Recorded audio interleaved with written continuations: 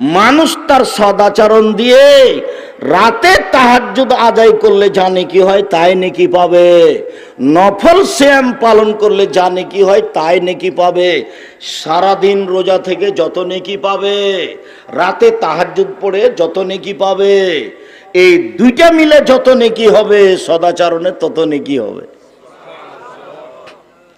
চরিত্র ধ্বংস হওয়ার সবচেয়ে বড় মাধ্যম মোবাইল। মোবাইলের আর একটা অর্থ হলো জেনা, মোবাইলের আর একটা অর্থ হলো আসক্ত হওয়া, নেশা। নেশা সব সময় চলছে, সব সময় চলছে। কি যে করছে, যতক্ষণ বসে আছে খালি দেখছি খালি টিপতেই আছে, কি যে করছে আল্লাহ। পায়খানাতে তাও নিয়ে যায়, পেশাবখানে নিয়ে যায়। চরিত্র কোথায় চলে গেছে? মায়ে টিভি দেখতে দিয়েছে আর বাচ্চার হাতে দিয়েছে গেমস খেলতে, আর মায়ে টিভি দেখছে।